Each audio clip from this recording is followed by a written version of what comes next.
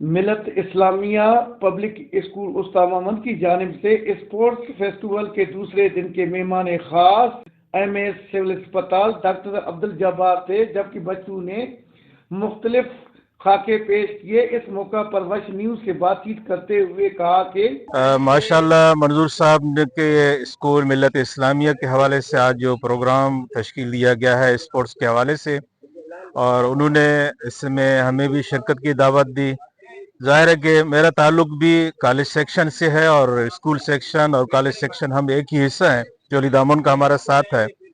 لیکن اس اسکول کے حوالے سے جو پروگرام ترتیب دیا گیا، جو بچوں نے جو آئٹمس پیش کیے ماشاءاللہ بہترین تھے، اور ہمیں اپنا خود بچپن یاد آ گیا کہ ہم ایسی شرارتیں ہم بھی کرتے رہیں، اور اس عمر میں بھی ہم فزیکلی اپنے آپ کو سیٹ کر سکیں۔ میں تو ملت اسلامیہ اسکول کا، اس کی سوسائٹی کا اور منظور صاحب نہایت مشکور ہوں کہ ان لوگوں نے آج اسپورٹس ڈے کے حوالے سے ہمیں کال کی، ہمیں انوائٹ کیا۔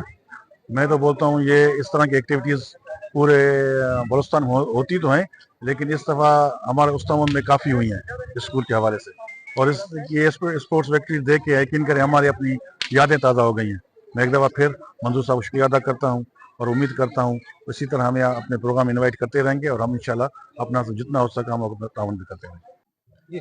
بسم اللہ الرحمن الرحیم۔ جیسا کہ یہ ہمارے ملت اسلامیہ اسکول کی طرف سے اسپورٹس ویک منا رہے ہیں، یہ 3 دن سے چلا ہے، اور مزید 3 دن اور بھی اس کے پروگرامات ہے۔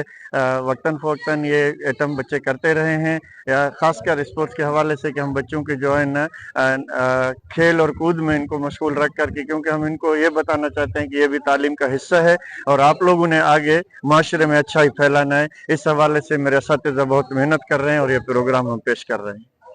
کھیل سے بچے نشو نما ہوتے ہیں، تعلیم کے ساتھ کھیل کا انعقاد بھی ضروری ہے۔ ملت اسلامیہ پبلک اسکول میں ہر سال کی طرح فیسٹیول کا پروگرام کرتے ہیں۔ اس سے ہمارے بچوں کا مستقبل بہتر ہو جاتا ہے، اور ہمارے بچپن کے یاد تازے ہو جاتے ہیں۔ کیمرہ ٹیم کے ساتھ علی حسن بلوچ، وش نیوز، استامامند، بلوچستان۔